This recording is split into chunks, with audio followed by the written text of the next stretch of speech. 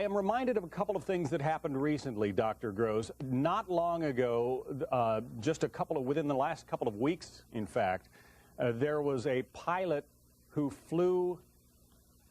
There was another one. We just saw another one. We just saw another one apparently go. Another plane just flew into the second tower. This has to be deliberate, folks. Well, that would begin to say that, yeah. We just saw on live television as a second plane flew into the second tower of the World Trade Center. Now, given what has been going on around the world, some of the key suspects come to mind: Osama bin Laden. Who knows what?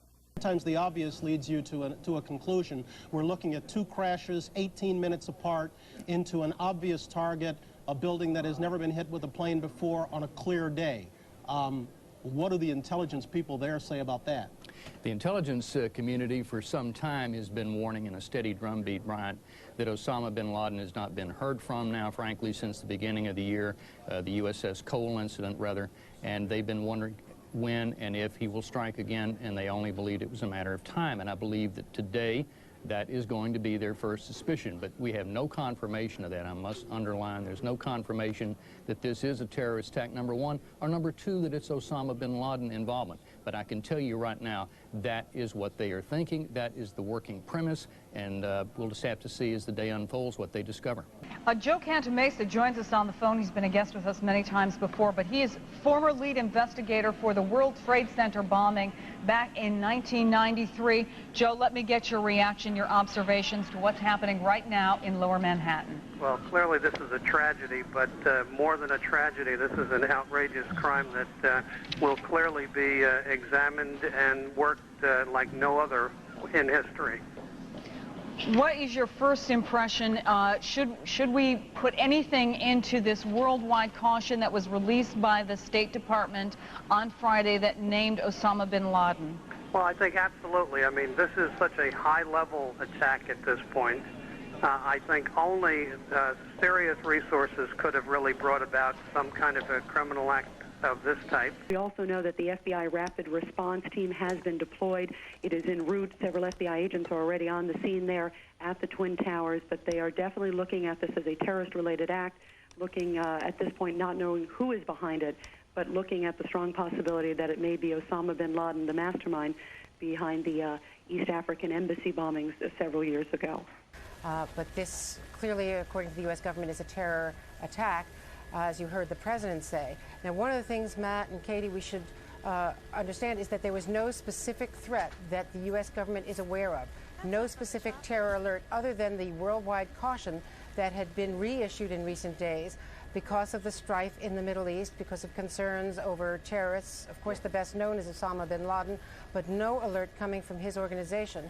And as far as they know, as of this morning, as of this minute, he is in Afghanistan. But as we should mention, Andrea, it appears that this was a well-coordinated bombing or terrorist act because of the fact that two planes were used, both substantial in size, and the fact that they both hit the World Trade Center within 18 minutes of one another. Obviously, a lot of planning went into this attack. Bill Daley, let me bring you into the conversation. I know this was the goal of the terrorist strike back in 1993. John, it was, and they thought they could do it by putting charges down in the basement and damaging the understructure. As much as these buildings were built to withstand a certain large hit, including some aircraft, apparently the structural integrity appears, from what we can see here, to be faltering to some degree. They were not designed, perhaps, to take a direct strike from something the size of a 737 or perhaps an Airbus, perhaps fully loaded with fuel. Steel will melt. We are looking at the replay of what happened that you're describing. It happened just moments ago. It sure appears that the building simply collapsed yeah, David, if you're still with us, please keep on the line. It appears that the building simply collapsed of its own weight, that there was so much damage from the heat of the fire. As I said, steel will melt. The second, that was the The building that was hit by the second plane, the plane that we actually saw hit the building live during our coverage, that is the building that has just collapsed. Now, it bears noting that that plane seemed to come in at a lower altitude. It hit the building lower down, and there was that tremendous fireball. So the damage to the building came at a point where there is much more weight on top of it, and those steel girders, strong as they are, had a lot of weight to support, and apparently, I'm not a structural engineer, but I'm just guessing now that they gave way. We want to bring in Mark Walsh, who's a freelancer for Fox. You live just a few blocks away and witnessed. Dude, I live on the 43rd floor of a building, which is 5 blocks from the World Trade Center itself. I witnessed the entire thing from beginning to end. People talk about how it looked like a movie. I know when I came walking down here early this morning and saw both towers on fire and people on every street corner, it was like a movie. But you watched the planes hit the towers. I was watching with my roommate. It was approximately several minutes after the first plane had hit. I saw this plane come out of nowhere and just ream right into the side of the Twin Tower, exploding through the other side. And then I witnessed both towers collapse, one first and then the second, mostly due to structural failure because the fire was just too intense. Obviously, there were a lot of people inside the buildings at the time. 2 guys from the 7th precinct, the 1st precinct, the fire department right here, the 7th truck, those guys are all right there at ground zero when those things went down. They had the first tower first. When that first went down, it just pushed everybody back, and it was a good 15 minutes before the second tower finally collapsed. Yeah. And it was just overwhelming, and by that point, it was just insane. Well, I'm hearing a lot of similar stories from people who were inside the building. One gentleman we spoke to earlier today, John, was on the 77th floor and said it was a relatively orderly evacuation at that point after the first plane hit the first tower. Everyone going down the stairs, not a lot of panic. But when they got to the 6th floor, he says they felt a second shake, and then people started to really be concerned. Obviously, there were people in the building at the time of this, and some of those people, they haven't recovered them yet, and that's a big issue right now, is trying to get the rescue workers and the emergency crews to the building. There were police officers there and emergency crews there when this was all happening, and they were right at ground zero when it all went down. So can we talk to you? What's your role out here right now? I'm just standing by right now. Can't say what role I'm playing right now. Well, let me bring in the former governor of New York, Mario Cuomo. He's with us by telephone now. Governor, what's your reaction? That's the only thing I can ask you. It's the same as everyone else. Everybody now is holding their breath and measuring the extent of the tragedy as it grows from moment to moment, and that will be the story, I'm sure, for the next 24 hours, is how much damage was done. I think the longer-range story is even more terrible. The longer-range story is who did it and why. And if it were a nation, it would be easy to deal with, but it's not a nation. It'll be individual terrorists. Excuse me, Governor, can you hold... Peter? Yes, Dan. What appeared to happen from my vantage point, the top part of the building was totally involved in fire, and there appeared to be no effort possible to put that fire out. It looked like the top part of the building was so weakened by the fire that the weight of it collapsed the rest of the building. That's what appeared to happen. I did not see anything happening at the base of the building. It all appeared to start at the top and then just collapse the rest of the building by the sheer weight of the top. There was no explosion or anything at the base part of it, but I did see that the top part of it started to collapse. The walls started to bulge out, bricks, glass things coming out, and then it collapsed in on itself, and it appeared to just fold down from there, from the very top. Now, we have, John, from sources, intelligence sources, what may be a claim of responsibility here. Now, I want to caution you before I note this, that at times like these, all sorts of claims are made. So this needs to be treated with some caution.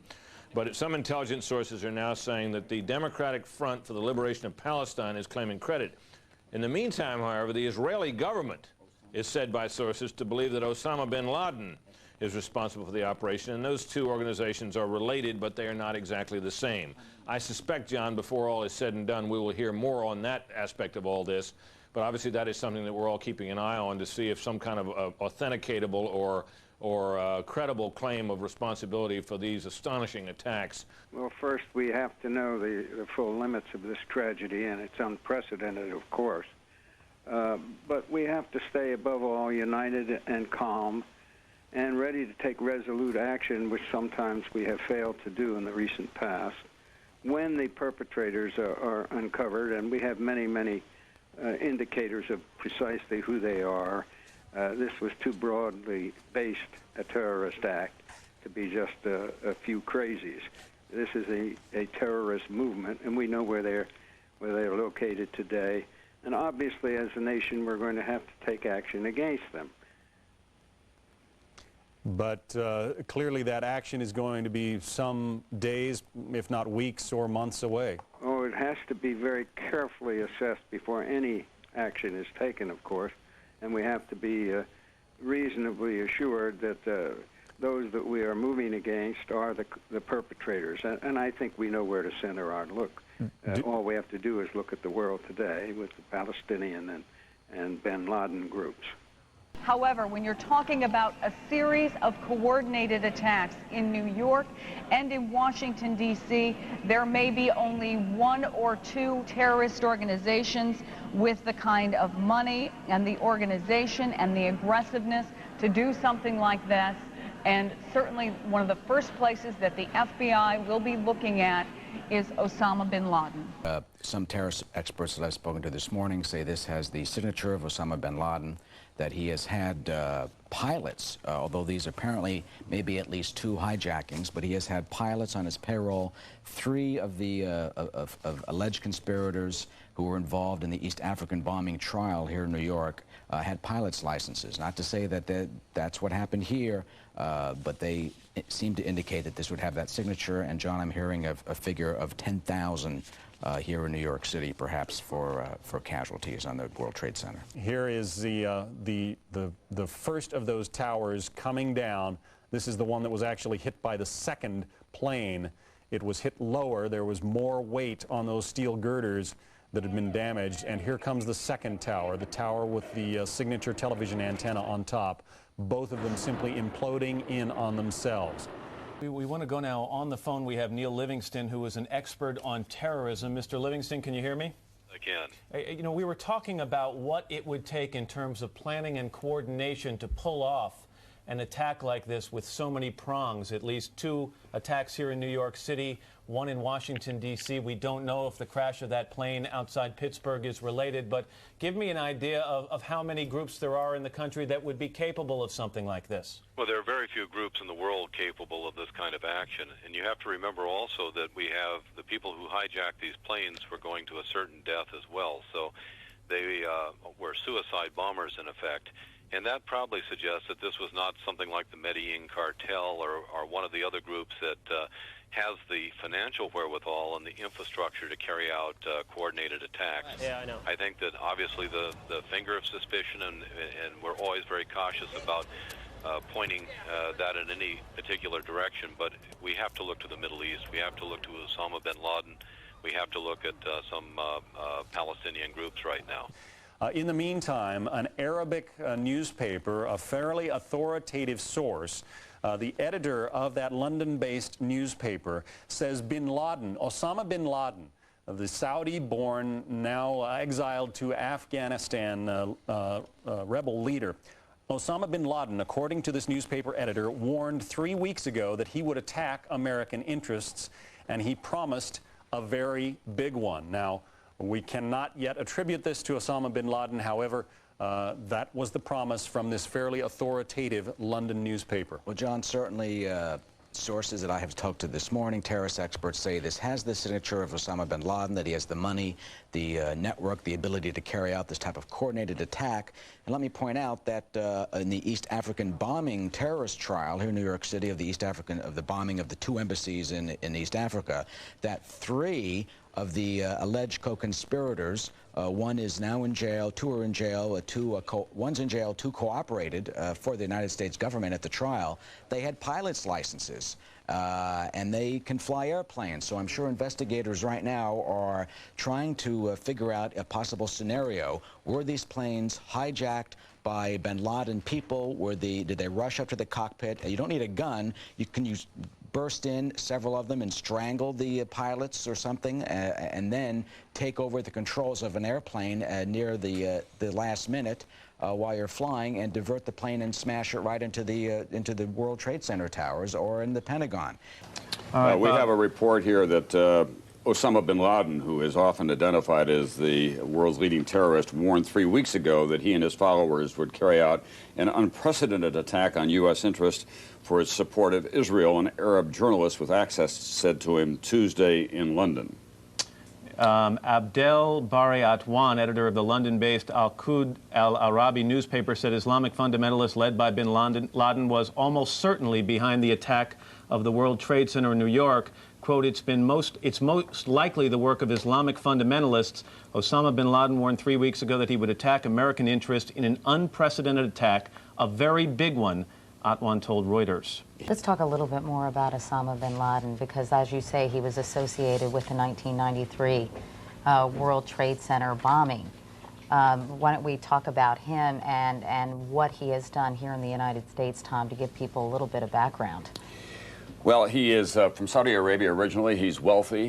He is very sophisticated in terms of using the new technology. We believe that he is being harbored in Afghanistan. No one knows for sure. A number of people have attempted to get to him and have been unsuccessful in that. They also believe that he was behind the bombings in Kenya as well. He is obviously a zealot of great, dark passion, and most of it directed at the United States. David, you tell me if I'm right or wrong here. As a practical matter, there are not a whole lot of groups that the United States government knows about that are sophisticated enough, have the kind of money, the resources to pull off something like this. Fair enough?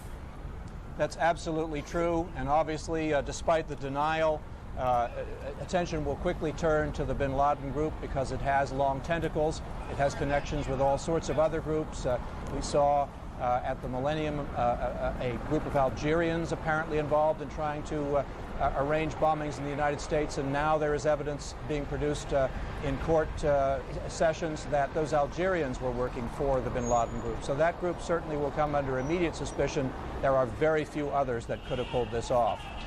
Right. I mean, just because of the enormity of it all and the sophistication required to stage these multiple attacks, this is not something some small cell can pull off. This is obviously a group or groups, well-financed and extraordinarily well-organized. That's correct. Now, another thing you'll notice is that you remember the attack on the USS Cole in the Yemen harbor. That was the first time that kind of an attack using small boats with bombs in them had been used against an American warship. It worked once. Now the U.S. Navy has taken steps to make that much more difficult to do. Officials saying this may work once. They will now have to take measures to try to make sure that this kind of thing can't be done again. But these are apparently hijackings of civilian aircraft. So it was a sort of modus operandi that was dreamed up in some evil terrorist's mind and done on a massive scale here today, Aaron. Speaking of that, General Clark, wouldn't you agree there are very few of the terrorist groups, at least that we're familiar with, who would have the capability to pull off something this coordinated on this scale? I think that's exactly right. There's only one group that has ever indicated that it has this kind of ability, and that's Osama bin Laden's. So obviously that'll be the first suspicion. In terms of you mentioned the report earlier from a London newspaper that is credible in terms of Osama bin Laden. Let me also point out, we're going to get some more information about this, that terrorist experts say he has and does have pilots on his payroll, that 3 of the co-conspirators, alleged co-conspirators in the East African bombing trial had pilots' licenses. 2 of them testified for the government against those suspects accused and who were then convicted of the embassy bombing trial. So does that work up a scenario that perhaps terrorists were on these planes, hijacked them, and then near the last moment were able to divert them, incapacitated the crew, the pilots completely, jumped in those seats, and then themselves just flew those planes into the buildings? This is a 21st century Pearl Harbor. This is a 21st century kind of war. I think we need to refer to it as an act of war. This was not a random event by a random terrorist. This was a systematic, complex operation of military proportions undertaken cleverly by people who have state support and who only survive because they have the support of some states that protect them. And I hope that the American government, the president, and the American people will react to this as an act of war. This will be more casualties, I believe, than Pearl Harbor. It is at least as horrifying as Pearl Harbor, and it deserves a complete and total American response to ensure that it never happens again. This is a 21st century opponent, not an obvious nation state, but in the Sudan, in Afghanistan, in a number of other places, we know where bin Laden's assets are, and we'd need to take the risk of going after them. Newt Gingrich, well spoken. Thank you. The current working theory, as you have been reporting and speculating, is that there is only one terror organization in this world that could coordinate this kind of event, and that would be something operated by Osama bin Laden. Intelligence officials say he is in Afghanistan, where he has been protected by the Taliban, and as we know, the United States has warned the Taliban government of Afghanistan that if there were any attack against the United States, that they would hold Afghanistan responsible, so that we most likely will expect retaliation, military retaliation. Well, let's go to Paul Bremer now, Ambassador Paul Bremer, who is the chairman of the National Commission on Terrorism. Mr. Ambassador, do we have any idea whatsoever who may be responsible for this? Well, as you were just saying, we have a massive intelligence failure and a huge security failure that's going to have to be looked into. Analytically, there probably are four possible candidates. There's the Osama bin Laden al-Qaeda group that you've been talking about. There is the possibility of a Middle Eastern group such as Hezbollah or the Palestinian Islamic Jihad conducting an attack like this. And there are at least two states which at least are capable of such an attack, and that would be Iran and Iraq. So you have probably not more than four suspects. Also, law enforcement sources are telling us, and this is interesting, that there was word put out through an Arab newspaper about 3 weeks ago that bin Laden himself, the mastermind behind the East African bombings, the embassy bombings there in East Africa, that he apparently did put out word about 3 weeks ago saying that he was planning an unprecedented attack against U.S. interests. Since that time, they got other information that there may be some sort of attack against U.S. possibly governmental facilities. And then, as we know, on Friday, the State Department did put out a worldwide caution basically telling U.S. Citizens and also particularly government and military officials that they should be in a heightened state of alert. But I will... Sir, do you, are going to be severe. Do you believe that was there another set of explosions that caused the buildings to collapse, or was it the structural damage caused by the planes? I don't know. I saw the first collapse and heard the second because I was in a building when the second took place. I think it was structural, but I cannot be sure. If the Taliban shelters Osama bin Laden, as they do, and if Osama bin Laden is responsible for this, as I think almost everyone is going to suspect, then the Taliban must be held equally responsible for what has happened today. I think this is a time when the country needs to come together. This is an unbelievable tragedy. It looks like the work of Osama bin Laden, who I had tried to extradite several years ago from Afghanistan as UN ambassador. It's a coordinated attack. I think we have to get the best intelligence we can from our allies and friends around the world, and then basically plan a huge, massive response against these perpetrators. Let's go to one of our correspondents in Washington, D.C., Rita Cosby, who has some late information for us. Rita? John, I've been talking to intelligence sources few hours, and the last thing that they said to me was all signs are strongly pointing to Osama bin Laden. One intelligence, this is a senior official at an intelligence agency, told me that on June 20th of this year, bin Laden released a video to his followers saying, quote, "It's time to penetrate America and Israel and hit them where it hurts the most," signaling that he may plan some sort of attack on U.S. soil. In addition to this, John, they're also looking at who would have had the capability, who would have had the motivation. They said in recent weeks there has been a lot of activity on Islamic chat rooms talking about threats against the United States.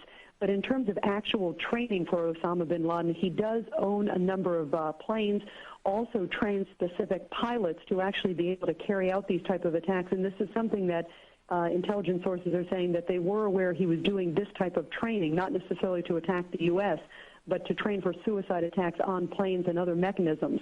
He also, as we know, is believed to be behind the attack of the USS Cole, and of course that was someone who came up on a boat and planned a suicide attack in that mechanism. They do believe, however, if he is connected to this, and again, this is just a strong possibility that they're looking at, that he would have been augmented by another group. They said that, of course, he has widespread tentacles across the world and has followers across the world, and among the possibilities that could have, that they're looking at right now is augmenting, would have been a Palestinian group and also the Hezbollah. So what kinds of arguments can you see coming out of some kind of a strike against terrorist facilities? Well, I don't have to draw any pictures there. We've seen it for a number of years. We saw it even dominate our decision to let Saddam Hussein survive the Gulf War, for which we should be very, very have second thoughts on that today. But we also know that bin Laden has made it very clear that this is a war against the United States and Israel, and we should take action accordingly. We haven't done that. And those who are giving them harbor and sanctuary we should talk to in very forceful terms and take action if that's necessary. This is the collapse of the second tower that was hit. It was the first one to collapse, perhaps because the structural damage there was so much more severe and so much lower down. But the first of the towers collapsed around 10 o'clock this morning. Not long after that, within 30 minutes or so, the second tower collapsed under its own weight. The structural damage, too much for those steel columns to bear. Now, I can report that sources are telling CNN's national security correspondent David Ensor that there are, quote, good indications that people with links to the Osama bin Laden organization are responsible for today's attacks. We can't do much better right now at identifying these sources, but again, they're saying good indications. And this is, again, no proof, but this is very much in line with what high-ranking people have been telling us throughout this day, all the way from former NATO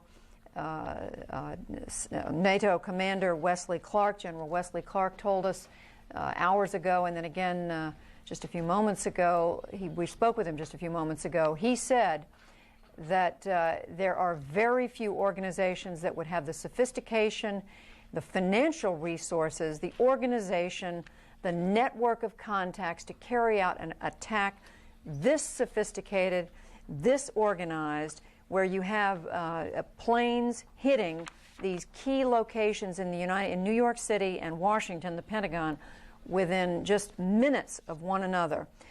People who could take over the cockpit of an airplane and presumably push the pilot aside. We can't imagine that any pilot would knowingly fly an airplane into the Pentagon or into any place where there were people.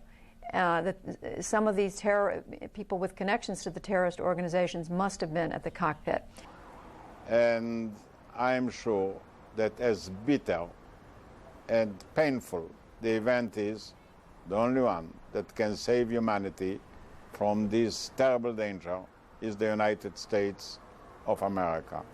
It was not an attack only upon America, but an attack upon civilization, an attempt to introduce the rules of jungle in our life, not to permit people to fly freely, to walk safely, to be assured at the places they live.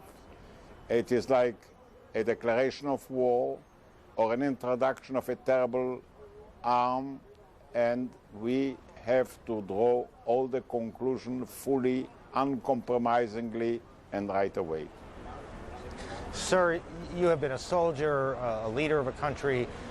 You have been privy to some of the most detailed intelligence reports there are out there. Are you surprised by the sophistication that must have been at play to carry out these attacks? It's a sophistication of the most evil kind. You know, only evil people can arrive to such a sophistication. And the measures must be radical as the evil itself. I think what should be done is to identify every country that hosts or supports terror and declare those countries as terrorist countries.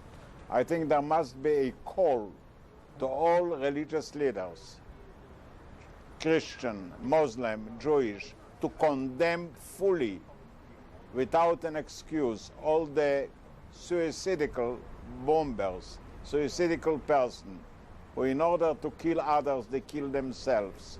It's against the basis of our life. It's against the gospels of every believer. And then again, we have to organize ourselves globally, because we are going over from a world of enemies, where you have had armies to face them, to a world of global dangers that we don't have yet neither a strategy nor an army to stop it. We have to get ourselves organized properly and fully and immediately. Judy, thank you. Jim DeStefano is a structural engineer. He knows about big buildings and what happens in these sort of catastrophic moments. He joins us from Deerfield, Connecticut on the phone. Jim, the plane hits.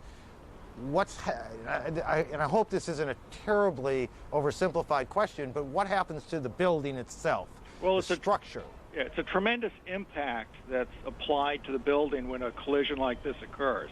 And it's clear that that impact was sufficient to do damage to the columns and the bracing system supporting the building.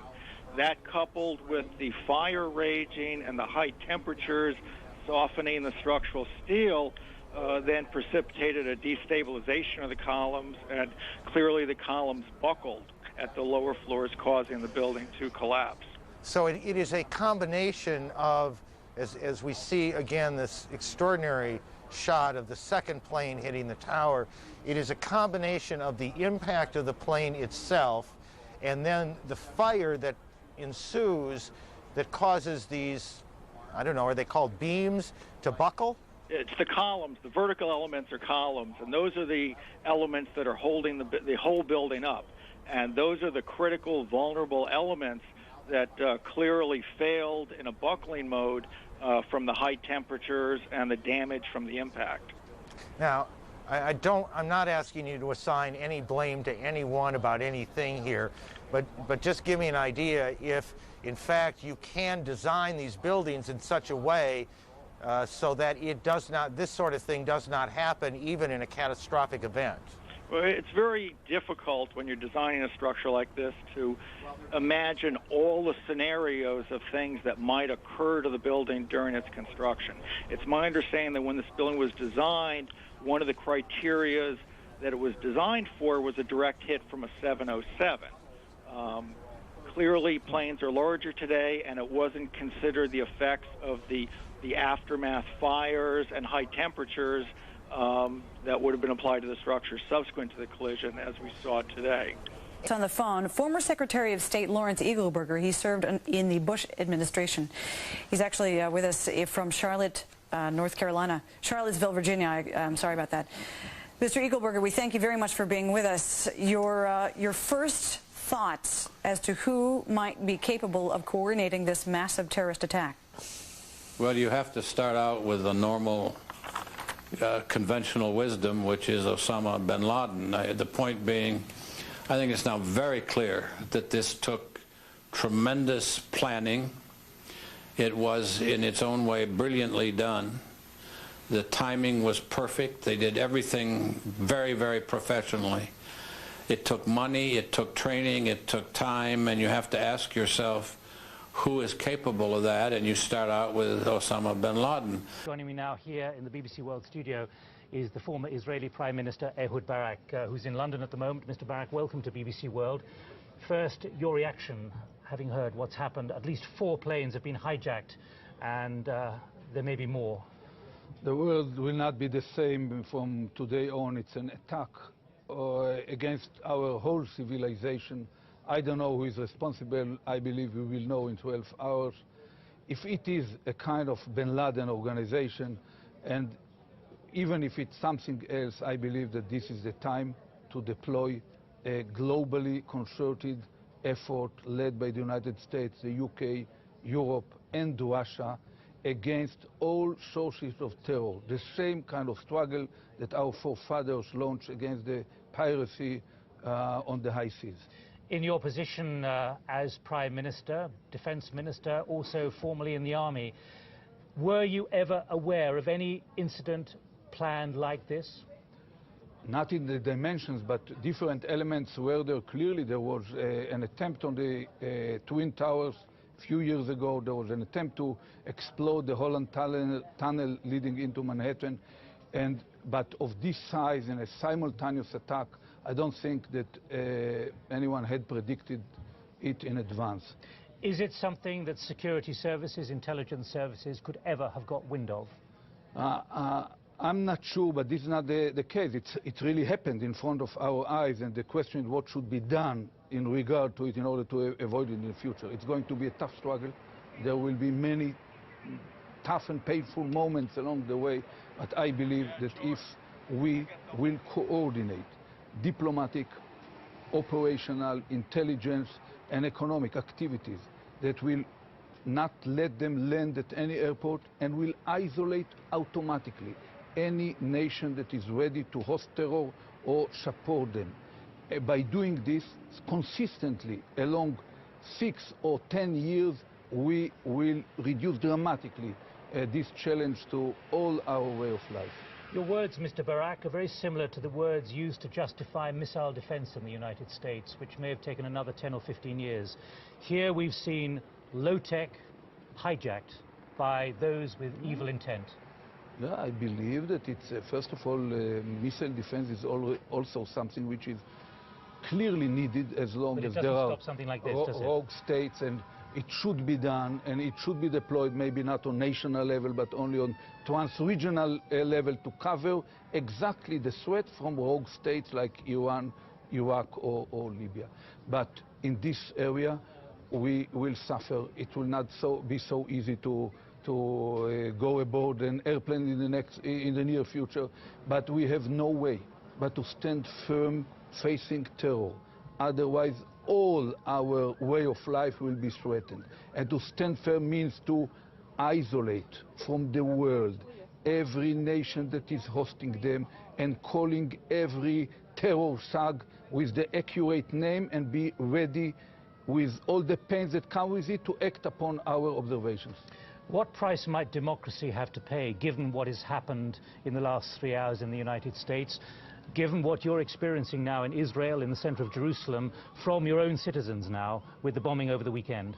There is no shortcuts. You know, our civilization is already highly vulnerable. Look at the entrances into the gates of boarding airplanes. It's a situation where it's not easy. Every simple step, crossing borders or going on a plane or on a ship, will become more complicated. But at the same time, it's a time to identify. There are no more than 5 or 6 countries in the world which are directly or indirectly responsible for hosting terror. There are no more than 10 or 15 terror thugs in the world. All the organizations are well known. The MI6 know all the information, the CIA knows, the Mossad knows it, and the same, the Zion Bureau, the band. And it's time for action.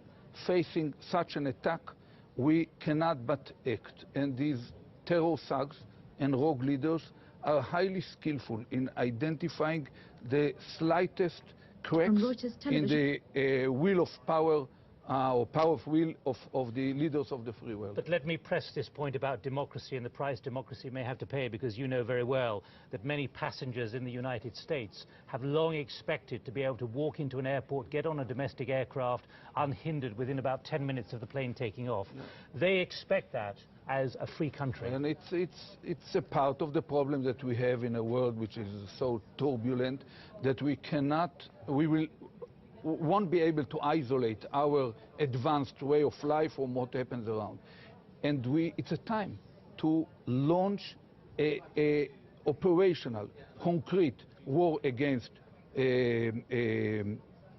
terror, even if it takes certain pains from the routine activities of our normal society.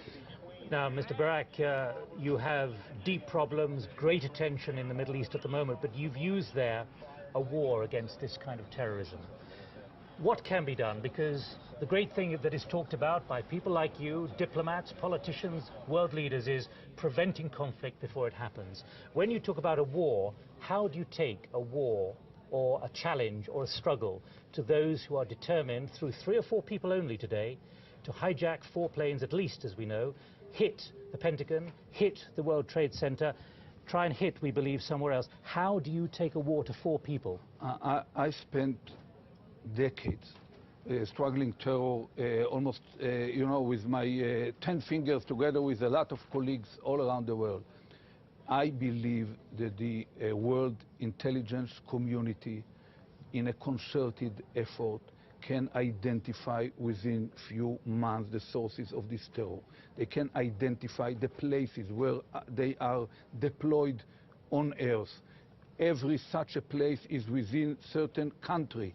The bin Laden sits in Afghanistan.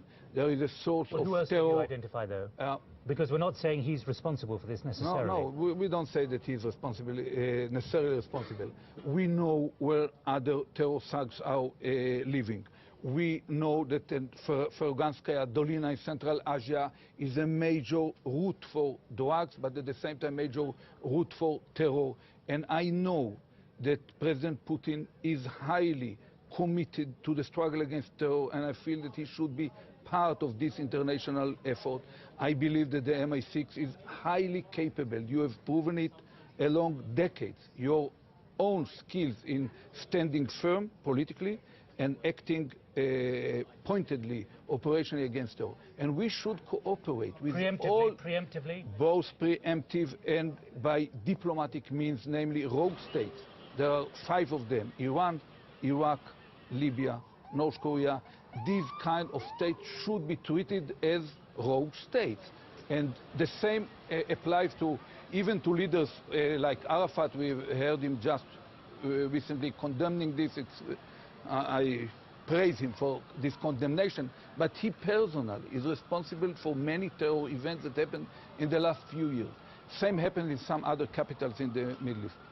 Ehud Barak, former Prime Minister of Israel, here in BBC World. Thank you for joining us here in our studio in London.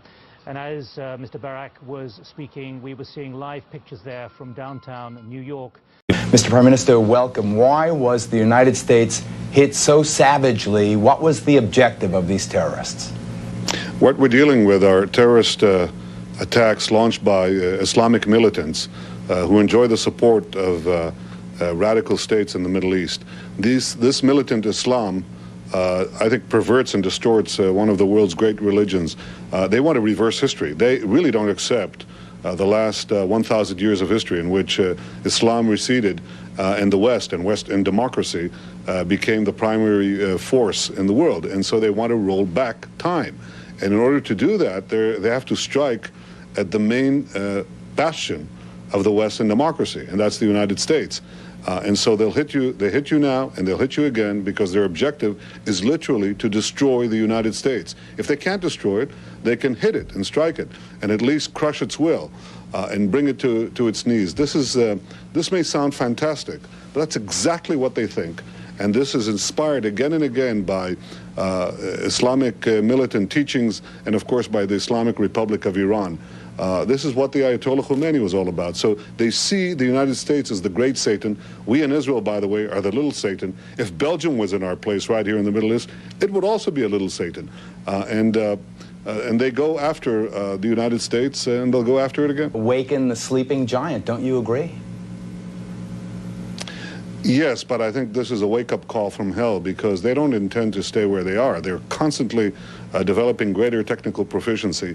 And the radical regimes, specifically Iran and Iraq, that are part of this terror network, are developing weapons of mass destruction. So the next time, as horrific as this attack was, as horrible and agonizing and loss of life, the next time you will see not thousands or 10,000 people die in New York, but millions. In other words, once this Islamic militancy acquires nuclear weapons, they might change history. They might destroy our civilization, our freedoms, our democracy that they hate so much. And therefore, this wake-up call that we've received is a summons to action. It says that unless we act now to dismantle this terror network of terrorist states manipulating terrorist groups in the Middle East and beyond, then our future is in doubt. They have the will to destroy us. They don't have the power today. We have the power today to crush them. We now must show that we have the will to do so. You wrote in your book 5 years ago, Fighting Terrorism, How Democracies Can Defeat Domestic and International Terrorism. I'll quote, in the worst scenario, the consequences could not be a car bomb, but a nuclear bomb in the basement of the World Trade Center. You know, you got the location right, the weapon wrong, but they didn't even need a nuclear weapon. Do you really envision the obtaining of weapons of mass destruction by these very same personalities or people like them, and that they would have the will to deliver even an Armageddon kind of blow to the United States? Do you have any doubt? I mean, okay, they didn't use nuclear bombs because they don't have them, but they used a 350-ton conventional bomb, 350 tons of conventional bombs with all that fuel, and that is far more powerful than anything an F-16 could launch in terms of conventional weapons. So they're well on their way. But it is important to understand that none of these groups, not bin Laden, not the Hamas and Hezbollah and the Fatah, Fatah groups, Arafat's own group that formed this network of terror, none of them could act without states, without terrorist regimes. It's important to understand that. These terrorists don't float in the air. They need territory. They need a place to be launched from, to come back to coordinate. That is, those who don't commit suicide, those who orchestrate, plan, execute, arm, dispatch these terrorists. They need a place to be, and that place to be is a handful of states in the Middle East: Iran, Iraq, Afghanistan, a few Arab states, and indeed this complex that includes also Arafat's own Palestinian domain, which has become, in fact, the factory of suicide bombs. Arafat has summer camps. Geraldo, he has summer camps in Gaza where Hamas and Islamic Jihad teach Palestinian children to become suicide bombers. He's preparing the kamikaze pilots not only of today, but of tomorrow. So this network that whose various parts support one another, help each other in materiel, help each other in political support in these abominable resolutions they passed in Durban the other day, this network itself has to be dismantled, because if it's not dismantled, the answer is yes, they will develop atomic weapons. They already have ballistic missiles, 2 of these states. They already have chemical and biological weapons. They're well on their way to developing atomic bombs. And if they do, then history will change. History is not ended, unlike what Francis Fukuyama wrote, with the triumph of capitalism and democracy over communism. In fact, there is a new conflict. And this is the threat of this Islamic militancy coupled with affiliated Arab terrorist groups who seek to destroy the West. Nothing short of that. What we have to make clear is that terrorism is an indivisible evil. It is evil everywhere, and the success of terrorists in one part of the world emboldens terrorists elsewhere. So we have to adopt the same kind of attitude that the civilized powers adopted against piracy in the 19th century, against Nazism in the 20th century. We now have to adopt against terrorism in the 21st century. It is a crime against humanity. It is evil at all times. It is unpardonable. There are no excuses and no concession to terrorism. And the terrorists and those who support them are enemies of mankind. We will fight them resolutely. I think this attitude will produce the necessary action. And I think that President Bush has been wise to call a global war of the democracies against terrorism. Mr. Prime Minister, shalom. Thank you.